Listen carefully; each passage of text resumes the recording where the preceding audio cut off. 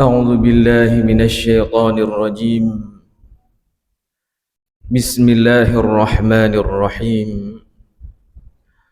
وصلى الله على سيدنا محمد وعلى آله وصحبه وسلم.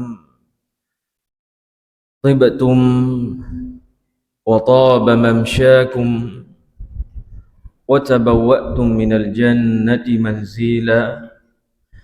السلام عليكم ورحمة الله وبركاته.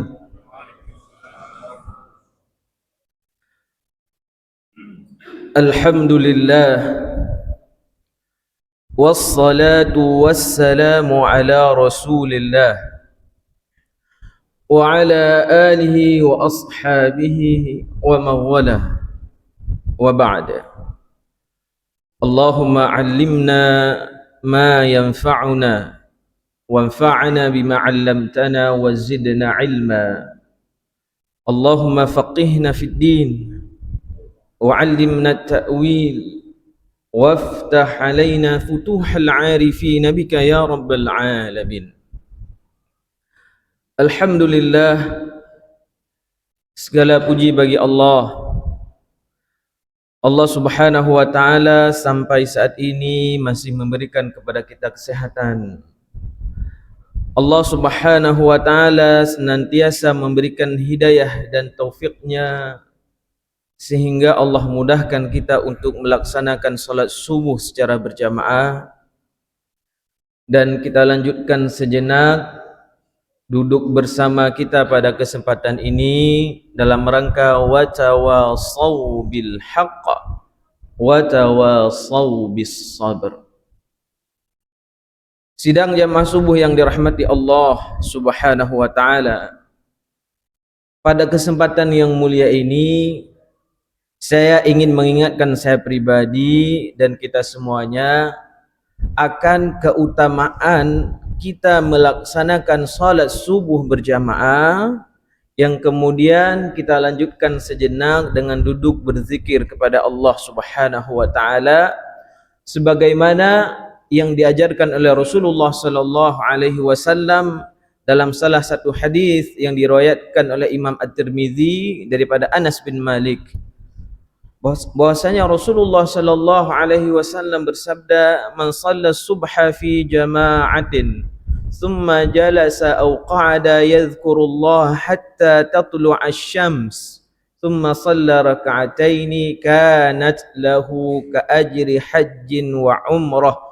tammah tammah tammah."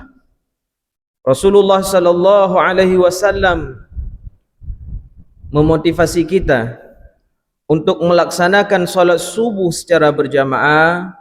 Maka kemudian barang siapa yang punya keluangan setelah salat subuh, dia duduk berzikir sampai terbitnya matahari. Begitu terbitnya matahari, kemudian dia salat sunnah 2 rakaat. Orang yang melakukan seperti itu insya Allah akan mendapatkan pahala dia melaksanakan haji dan umrah secara sempurna. 3 kali Rasulullah sallallahu alaihi wasallam mengulang tammah tammah tammah. Beberapa hari ke depan insyaallah para jamaah haji akan kembali dari tanah suci. Sebelum mereka berangkat, setiap ada iring-iringan jamaah haji, saya pribadi selalu semacam akan menetes air mata, Pak. Pasti semua daripada kita, setiap kita mendengar ada saudara kita yang akan berangkat haji, ada semacam keinginan, terutama bagi saudara-saudara kita yang belum Allah berikan kesempatan untuk sampai ke tanah suci. Begitu juga bagi kita yang sudah Allah berikan kesempatan, ada semacam kerinduan. Maka ketika kita tidak bisa berkunjung ke Baitullah, ada amalan-amalan sebagaimana yang kita lakukan pada subuh yang berbahagia ini. Kita laksanakan salat subuh secara berjamaah, kemudian kita lanjut sejenak duduk berzikir kepada Allah Subhanahu wa ta'ala sampai terbitnya matahari, kemudian kita laksanakan salat sunnah 2 rakaat. InsyaAllah kita akan mendapatkan pahala haji dan umrah secara sempurna. Amin amin ya rabbal alamin. Sidang jamaah subuh yang dirahmati Allah Subhanahu wa taala. Tidak terasa kita sudah di penghujung bulan Zulhijjah. Kalau kita lihat kalender, kalau saya tidak salah hari ini 27 Zulhijjah. Mungkin kalau di kantor-kantor Pak, itu pihak PHBI atau di masjid-masjid pemerintah, sepertinya baru kemarin kita merayakan tahun baru Hijriah. Tapi rasa-rasanya kenapa hari ini kita sudah akan merayakan kembali tahun baru Hijriah? Sebagai bentuk refleksi kita Pak, di penghujung tahun ini, saya ingin bertanya kepada saya sendiri, dan mungkin ini juga pertanyaan bagi jamaah sekalian. Dalam setahun ini, kira-kira berapa kali kita membuka handphone kita Pak?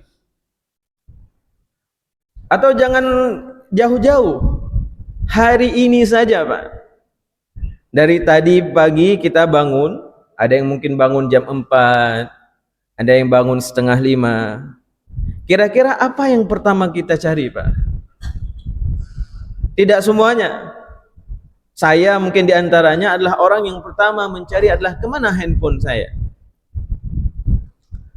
Dan hari ini mohon maaf, kehidupan kita itu tidak hanya kita sendiri yang mengatur, tapi pada hari ini kita juga diatur oleh algoritma media sosial. Terlebih hari ini Pak, kita hidup di mana kita sebagai manusia ini tersambung dengan cyber.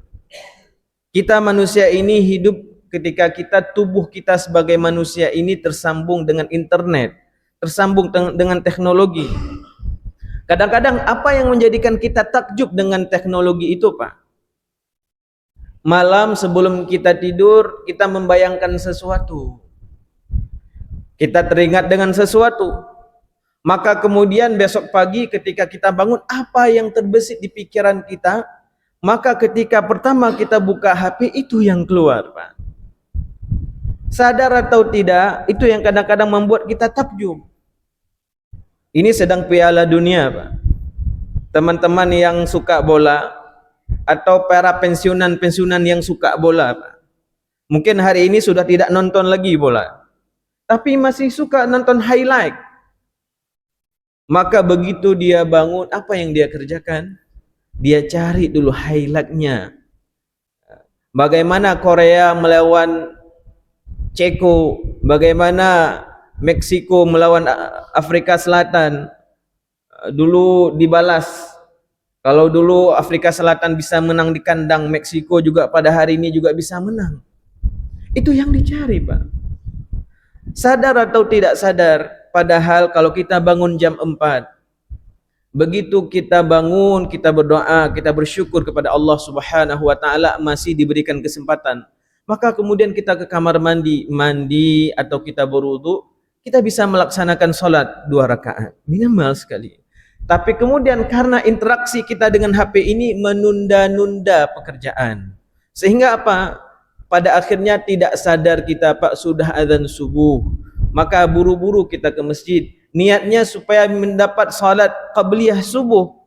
Tapi kemudian karena kita tidak menjaga waktu dengan baik, kemudian kita tidak mendapatkannya. Alhamdulillah masih diberikan kesempatan untuk salat subuh secara berjamaah.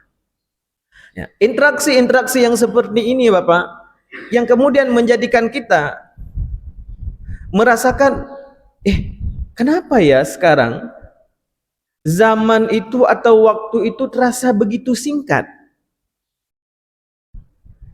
Sepertinya sudah sampai apa yang disampaikan oleh Rasulullah Sallallahu Alaihi Wasallam.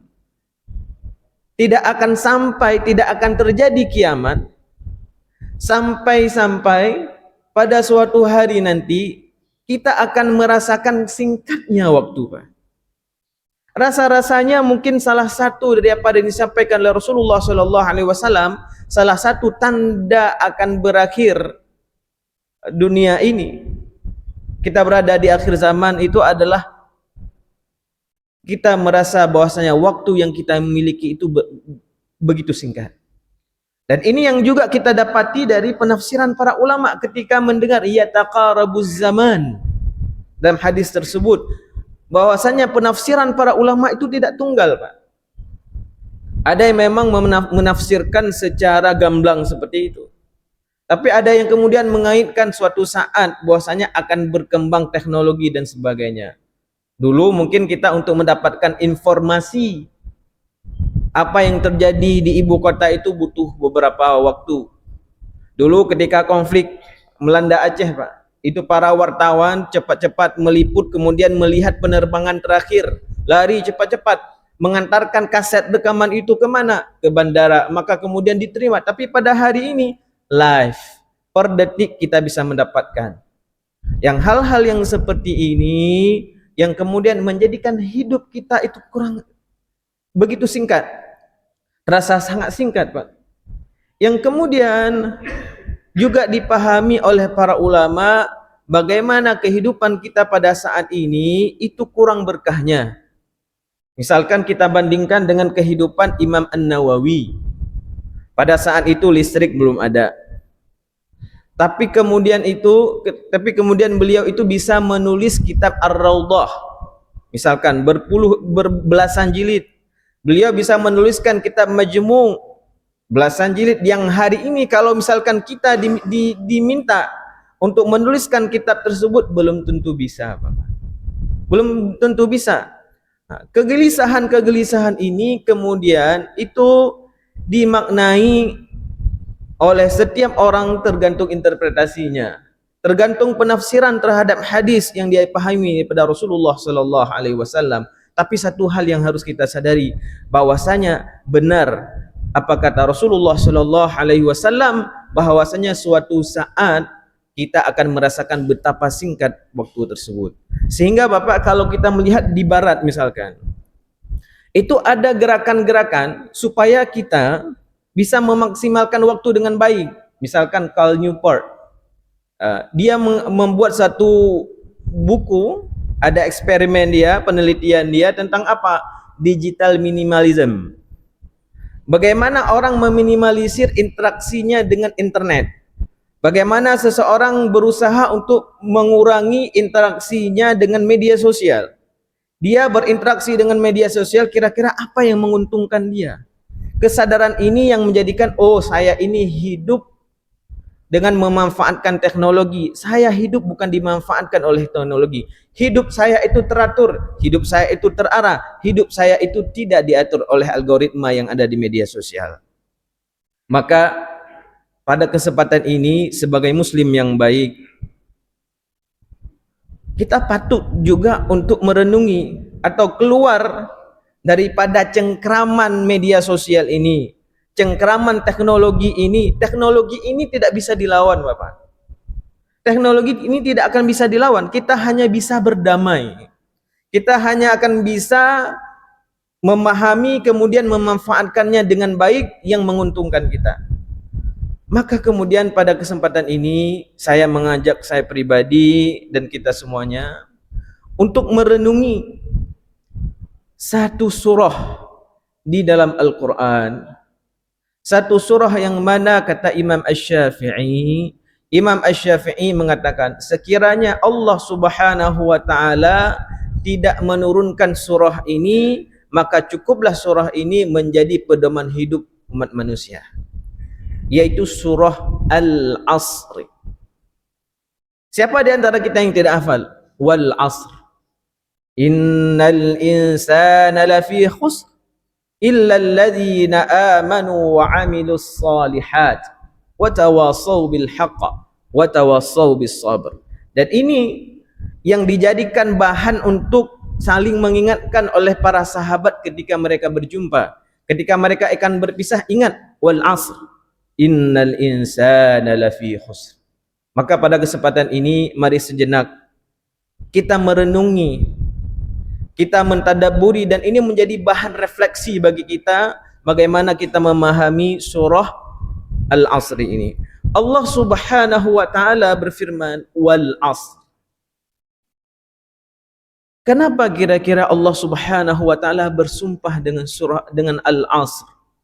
Kenapa Allah Subhanahu wa taala bersumpah dengan masa?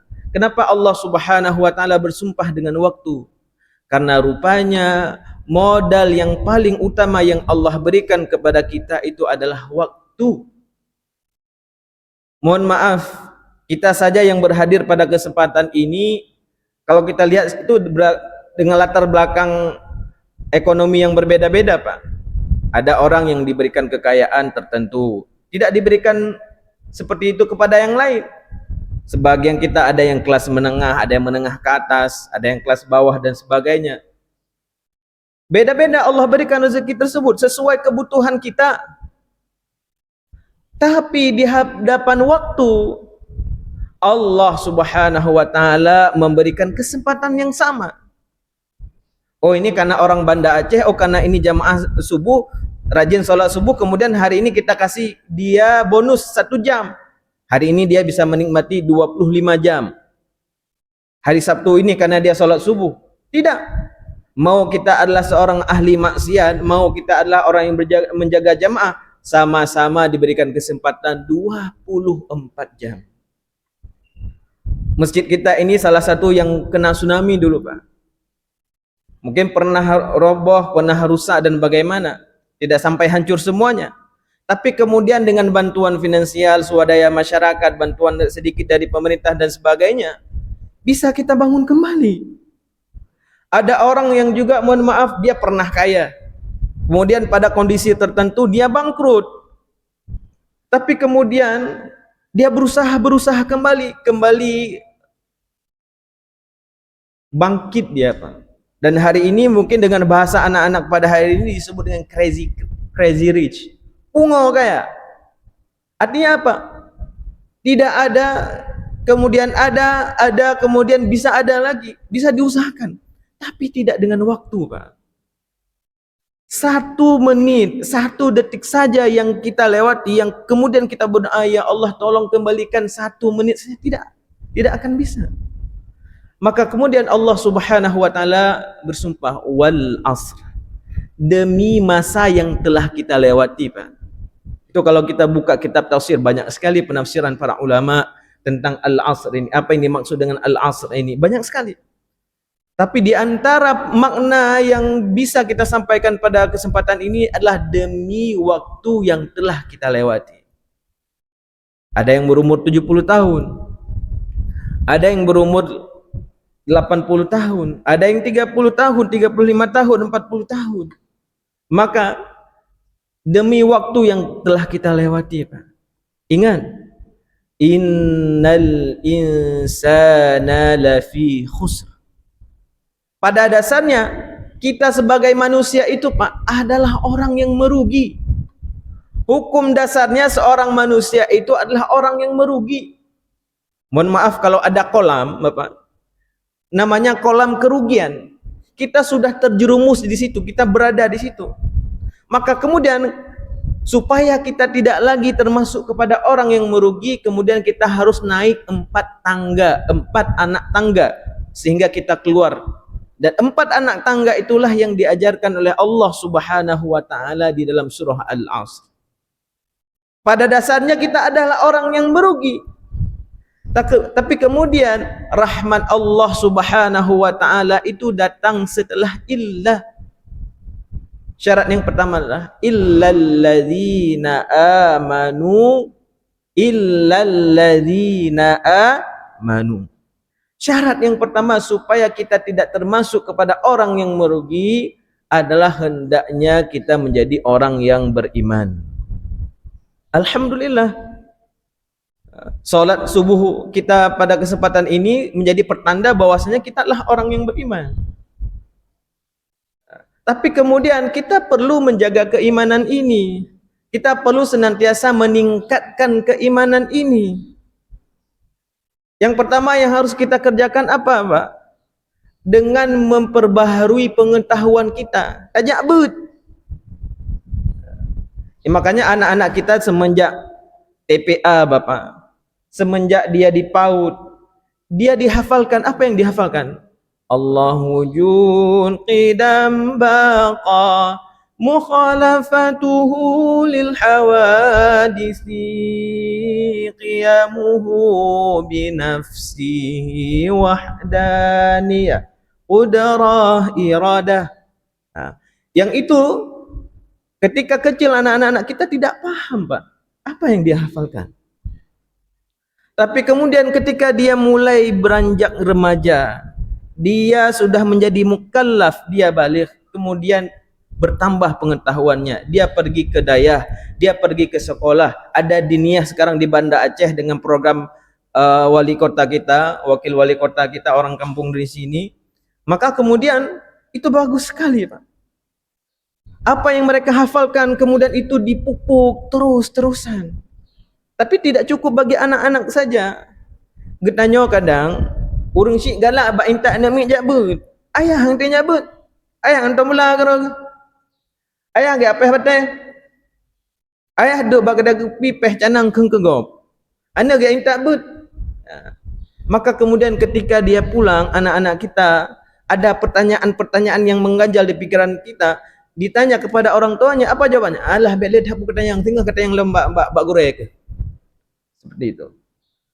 Maka kita juga sebagai orang tua datang ke majelis-majelis. Di masjid kita ada majelis, di masjid-masjid lain di Banda Aceh ini banyak sekali, Pak, majelis ilmu, dan itu tidak perlu mengeluarkan banyak duit. Hari ini mohon maaf, teman-teman banyak yang akan melanjutkan pendidikan misalkan ke Eropa dan sebagainya, ke barat atau ke Timur Tengah. Itu butuh TOEFL, butuh IELTS. IELTS itu sekali tes, Bapak, sekarang itu 3 juta sekian. Itu pun kalau sampai, besok tes lagi, itu pun tidak buka. Kita perlu effort lebih. Kita mau juga mengeluarkan tapi itu kita anggap ringan. Kenapa? Demi masa depan. Tapi kemudian yang syarat yang pertama yang Allah sampaikan di dalam surah Al-Asr ini beriman. Ini tidak akan kita lakukan. Karena mungkin selama ini kita anggap itu tidak penting. Maka perbaharui pengetahuan kita untuk apa? Meningkatkan keimanan kita. Kemudian Rasulullah SAW juga memberikan resep.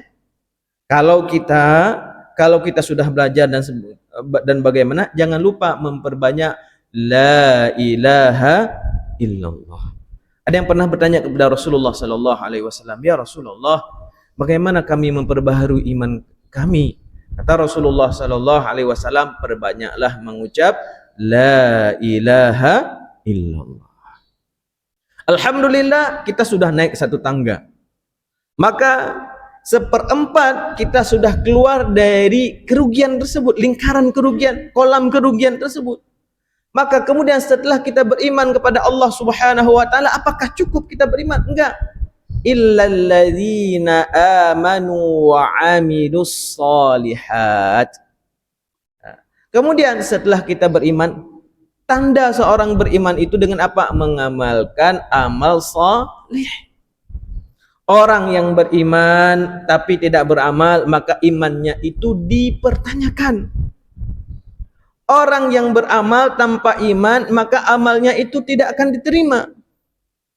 Oleh karena itu kita mendapati di dalam Al-Quran, Allah Subhanahu wa taala mengulang-ulang redaksi di dalam Al-Quran itu disebut secara berbarengan, amanu wa amilus solihat, itu lebih 50 kali, Pak. Ini menyadarkan kita bahwasanya syarat kita untuk beramal itu adalah apa? Harus beriman. Dan tanda keimanan seseorang itu dilihat dari amal salehnya. Tapi kadang kemudian kita salah memahami amal saleh. Kita memahami amal saleh itu hanya ibadah-ibadah yang kita kerjakan di dalam masjid. Begitu kita keluar dari rumah sampai ke masjid, ini loh ladang kita beribadah. Begitu selesai sholat, salam, berzikir, keluar dari masjid, menanda terbit dari pintu masjid, kahana leju, selesai. Maka ketika kita pulang ke rumah, Bapak, itu seolah-olah tidak ada agama yang melekat di tubuh kita, Pak. Ngan perumoh hanagat, ngan anak hanagat, ngan tetangga tetap gahba mekalih ju. Maka apa? Ini kesalahan yang fatal, Pak. Keluar kita dari masjid baru selangkah, Pak, motor kita kesenggol tidak sengaja sama teman-teman. Kemudian itu membuat kita seolah-olah orang tidak beragama. Adakah kalian motor lun baru mentang, Honda lun baru mentang? Seolah-olah kita tidak punya agama, Pak. Seolah-olah amal soleh itu hanya dikerjakan di dalam masjid. Maka hati-hati sekali, Pak. Illal ladzina amanu wa 'amilus shalihat. Kata Imam Ali, Sayyidina Ali mengatakan, suqul muslimin ka musallal musallin. Hendaknya pasar-pasar kaum muslimin itu sebagaimana di masjid. Artinya apa? Amal-amal soleh itu yang kita kerjakan itu tidak hanya terbatas di dalam pintu-pintu masjid, tapi dimanapun kita berada, hendaknya kita melakukan amal-amal soleh. Lakukan hal-hal yang sederhana. Lakukan hal-hal yang sederhana yang bisa kita kerjakan. Hari ini, Pak, mohon maaf, kita melihat kondisi ekonomi masyarakat kita sangat memprihatinkan. Sangat memprihatinkan, Pak. Saya mohon maaf, tidak ada kapasitas saya. Ini ada Prof. Mukhlis, pakar ekonomi. Tidak berhak saya untuk berbicara, tapi setidaknya saya mengingatkan saya pribadi dan semuanya. Di kampung-kampung, Pak, orang ke pegak kuih Rp1,000 enggak pedu. Rp1,000, Rp800 cok pulang. Rp200 kurang kau kena engkau pedu.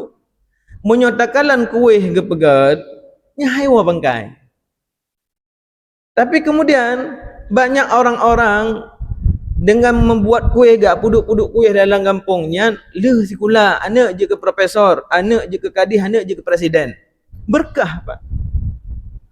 Maka kadang-kadang di kampung-kampung itu, Pak, menyatakan nak jok peng orang, kalau kita berikan duit langsung, kita kasih cash, itu baik.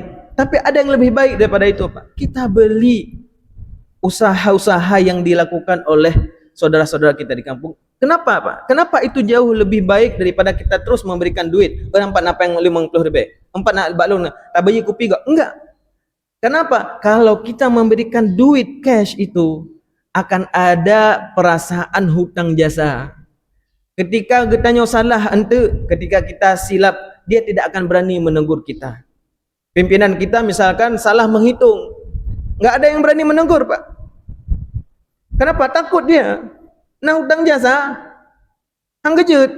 Misalkan 2 tambah 2 5, hang kejut pegah. Kenapa? Ringat gina kejut peng ti uroi mengpuluh rebe. Tapi kemudian kalau dia berbicara 2 tambah 2 sama 5, akan gejak orang yang pegah tengkum yang salah long wat telunjak kula jaman ubut lon. 2 tambah 2 adalah 4, Pak. Bahkan gejak pegah walaupun tip ura ke pajah kuih. Gebla kuih kau yang urung pegat-pegat bakwan, ge pegat-pegat kuih lapih, ge peduk bak kedai kopi. Ti ura kalan, oh nyan urang bela kuih lon ti ura. Tapi gejak pegah kenapa? Dia merasa saya berusaha. Hari ini saya dapat 50.000, 20.000 hasil jerih payah saya, bukan karena dikasih duit sama dia. Maka berani, Pak. Dan begitu juga kita sedia memberikan sesuatu kepada orang lain. Jangan pernah kita berharap, kita merasa kita paling berjasa. Nah tajuk peng Rp10, Rp20, Rp10 ke orang lain, maka kemudian kita merasa sudah membantu orang miliaran. Maka hati-hati sekali, Pak. Illal ladzina amanu wa 'amilus shalihat. Kalau kita beriman kemudian melakukan amal saleh, kita sudah setengah keluar daripada kerugian. Maka kemudian yang ketiga yang Allah sampaikan dalam surah Al-Asr, illal ladzina amanu wa 'amilus shalihat wa tawassaw bil haqq. Kita harus saling menasehati dalam kebenaran, dalam kebaikan. Dan ini sebenarnya kekuatan yang Allah berikan kepada kita, kontrol sosial. Kontrol sosial yang Allah berikan kepada kita untuk apa? Saling nasihat menasehati. Tapi ada yang menarik di sini, Bapak. Allah Subhanahu wa taala dalam surah Al-Asr ini memakai redaksi apa? Wa tawasaw. Ini banyak guru-guru saya di sini Tadi malam tidak bisa tidur karena di masjid ini ada guru saya yang paling saya hormati, Ustadz Israr. Ustadz Israr itu yang memotivasi saya, gerak langkah beliau itu yang memotivasi saya untuk melanjutkan pendidikan ke Mesir, Pak. Tadi malam saya tidak bisa tidur. Saya tidak akan bisa membayangkan bagaimana beliau kalau seandainya saya lagi berbicara, beliau duduk di depan, nyampu pegah juga. Kenapa? Itulah yang terjadi dulu ketika kami santri, ketika di daerah melihat sosok Ustadz Israr. Ya Allah, keteladanan, Pak. Keteladanan. Watawasau, saling. Syekh Sya'rawi mengatakan, kenapa Allah Subhanahu wa taala memakai redaksi watawasau di sini? Kesalingan. Kenapa? Karena kita sebagai manusia, sebagai mukallaf ini di hadapan syariat Allah itu punya sisi-sisi kelemahan, Pak. Ada orang, mohon maaf, secara ibadahnya bagus sekali, Pak. Sedekahnya bagus sekali. Tapi dia punya sisi kelemahan dari perempuan. Sangkai-sangkai hanya kalian negara kau. Nyan jak masjid sabi. Menyona sedekah kok nyan pun. Tapi kemudian ketika sudah berhadapan dengan perempuan, Pak, nya hana gak fikir negara kau. Hana gak fikir perumah kau. Maka kemudian kita yang baik bengeh dipingat.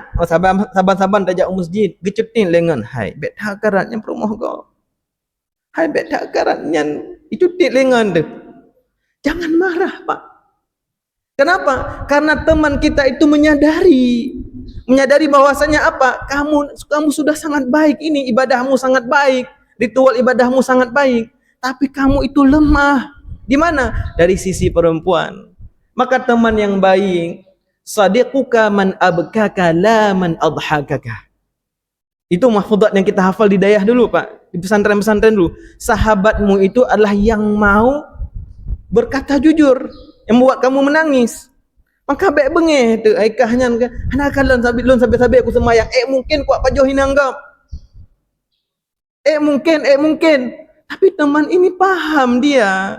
Dilihat algoritma media sosial kita, dilihat selalu kenapa keluar cewek-cewek bening dan sebagainya. Umur kan 60, 70, tapi aku buka Facebook, aku buka YouTube, aku buka WA, sabenya itu bit. Maka teman kita menyadari, gepingat, bet negara nyan perumah go.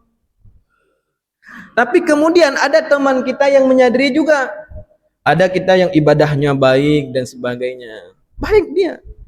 Tapi ketika berhadapan dengan harta orang, aina lemah ke?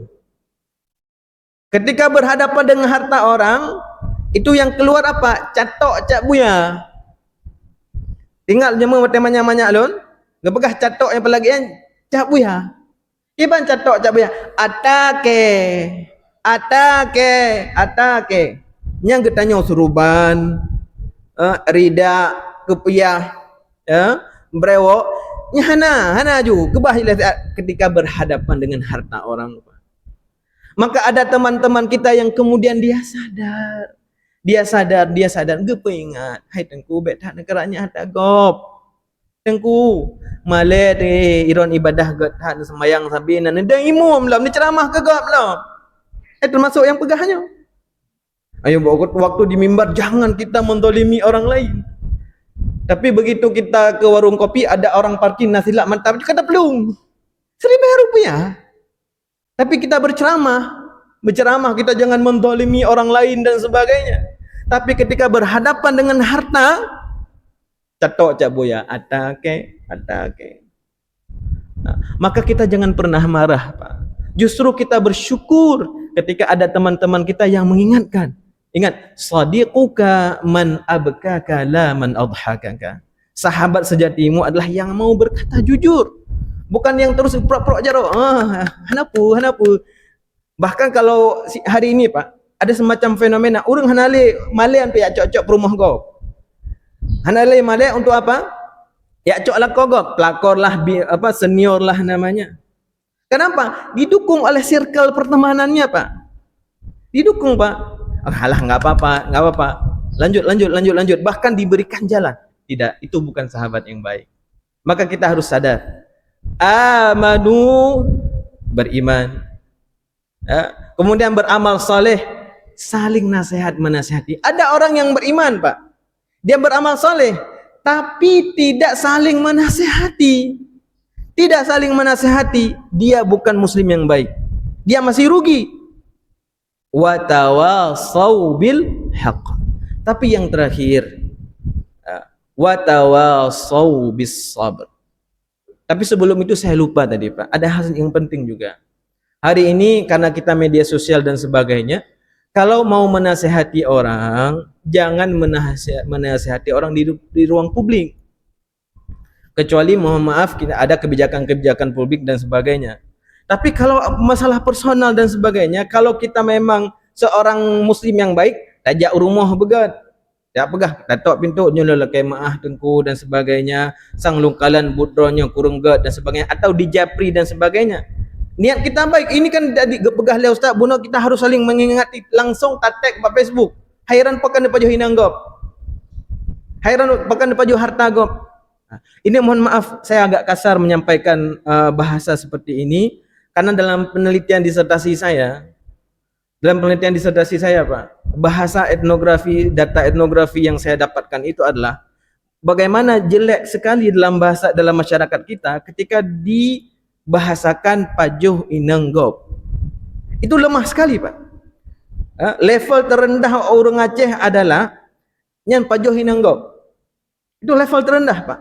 Tapi nyopik bakong, peh canang, peh enam yang merihayu mentang hayu. Tapi nyop pajuh inanggop yang level terendah, Pak. Maka kalau kita menasihati, jangan menasihati orang lain di ruang publik. Jangan sampai niat baik kita lalu kita kerjakan dengan cara yang salah. Yang terakhir, Allah Subhanahu wa taala mengingatkan, betul kamu sudah beriman. Betul kamu sudah beramal saleh. Kamu saling nasihat menasihati, tapi ada satu kekurangan kamu. Apa? Enggak sabar. Karena kita enggak sabaran, Pak. Jangan jauh-jauh dengan orang lain, dengan anak kita sendiri. Ada anak, mohon maaf, dia enggak mau sholat. Kita bangunin. Saya sendiri itu sangat keras dengan sholat, ya, Pak. Saya teringat, saya tidak pernah dipukul oleh orang tua saya kecuali 2 kali, Pak. Karena dulu ada namanya Smackdown. Ada program dulu di TV namanya Smackdown. Saya suka sekali. Kemudian orang tua saya mengingatkan, sembahyang. Lega kepegah. Yang kepet hana kepegah le gecok penyampuh puri. Duruh penyampuh puri. Tapi yang kemudian itu yang menjadikan saya pada hari ini insyaallah tidak pernah tinggal sholat. Ngam penyampuh puri. Hana bengih, tidak ada dendam. Bahkan hari ini saya bersyukur pernah gepoh dengan penyembuh beri. Tapi ada masa atau pada momen tertentu seorang orang tua itu enggak sabaran, Pak. Hanya bele kapi bakung, hanya bele keperkaru inanggop, hanya bele kacau atagop, hanya kau nyobu bagah dan sebagainya. Pada saat tertentu, pada momen tertentu keluar kadang di mulut kita. Nyo hana kadengar le habake mulai uronyo kahkan le anak ke. Enggak boleh, Pak. Enggak boleh, Pak. Enggak boleh. Walau bagaimanapun itu adalah darah daging kita. Walau bagaimanapun itu adalah anak kita. Kurang sabar apa para nabi dan aulia yang lain, mereka dicoba dengan anak-anak mereka. Siapalah kita, Pak? Maka jangan pernah kita belajar kepada Allah Subhanahu wa taala. Ketika berhadapan dengan para pendosa, apa yang keluar dari ucapan Allah Subhanahu wa taala? Ya ibadiyalladzina asrafu. Duhai hambaku yang berlebihan. Keluar. Maka jangan pernah keluar di mulut kita yang kahkan lianek lun. Mulai hari ini kah itibit dari kakalun. Jangan pernah, Pak. Kalau kita beriman, kemudian kita amal saleh, kita saling menasihati, kita juga tidak bisa bersabar. Kita belum keluar seutuhnya daripada golongan orang-orang yang merugi. Maka hendaknya kita sempurnakan keimanan kita itu dengan amal soleh, kita saling menasihati, dan yang terakhir kita harus sabar dalam melakukan kontrol sosial ini, Pak, untuk saling bersabar dalam menasihati. Terakhir, saya menutup tausiah saya pada subuh yang berbahagia ini. Saya mohon maaf sudah agak terlalu panjang kai tebi matauro. Saya terlahir di kampung, Pak. Lahir awak bina pasti je mun. Kemudian saya pindah sedikit ke Pesangan. Kemudian saya melanjutkan pendidikan di Banda Aceh, kemudian di Banda Aceh keluar dari negeri dan kemudian ke Pulau Jawa dan sebagainya. Orang tua saya itu adalah gaptek sekali, Pak. Jangankan smartphone, HP TikTok mentah hang tong balas SMS. Cuma bisa tekan, terima telepon dan menelpon kembali, Pak. Saya bersyukur dengan kondisi itu. Sejauh perjalanan intelektual saya, kemudian saya bersyukur di umur beliau segitu dan rentetan kehidupan beliau itu lebih baik seperti itu, Pak. Sampai pada suatu hari saya mendapat telepon dari teman saya di kampung, "Hai Sopurno ayah, Sopurno Walid gata TikTok." Saya sedih sekali, Pak.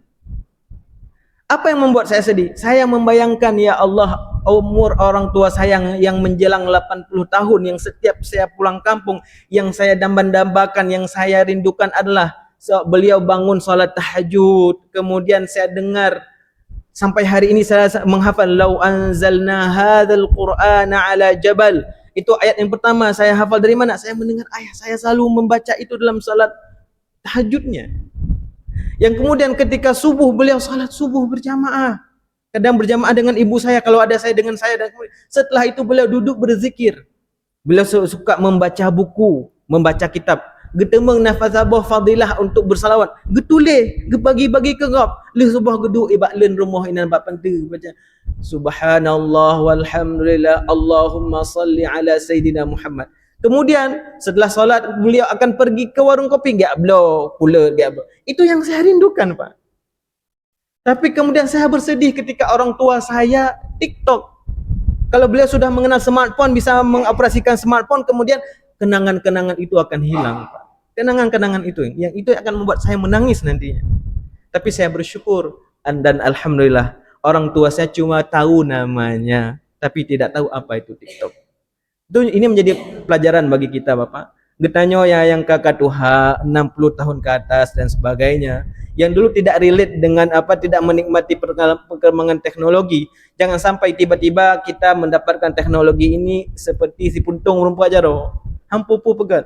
Padahal kalau kita menikmati saja kehidupan kita sebagaimana sebelumnya, insya Allah hidup kita lebih berkah. Berapa banyak orang sekarang menghabiskan waktunya, masa tuanya di depan TikTok, padahal sebelumnya dia sangat produktif, kehidupannya itu sangat bermakna bagi orang sekitar. Mudah-mudahan surah Al-Asri yang kita bahas pada subuh yang berbahagia ini menjadi bahan refleksi bersama bagi kita, dan insya Allah Allah keluarkan kita semuanya dari golongan orang yang merugi. Maka sebagaimana para sahabat dulu ketika berjumpa, wal asr, hendaknya kita juga saling mengingatkan wal asr, innal insana lafi khusr illa alladhina amanu wa amilus salihat wa tawassaw bil haqq wa tawassaw bis sabr. Kita berdoa, ya Allah, sebagaimana Engkau kumpulkan kami di masjid yang mulia ini, Engkau kumpulkan kami kembali bersama denganmu insyaallah di surganya. Amin ya rabbal alamin. Subhanakallahumma wa bihamdika asyhadu an la ilaha illa anta astaghfiruka wa atubu ilaik.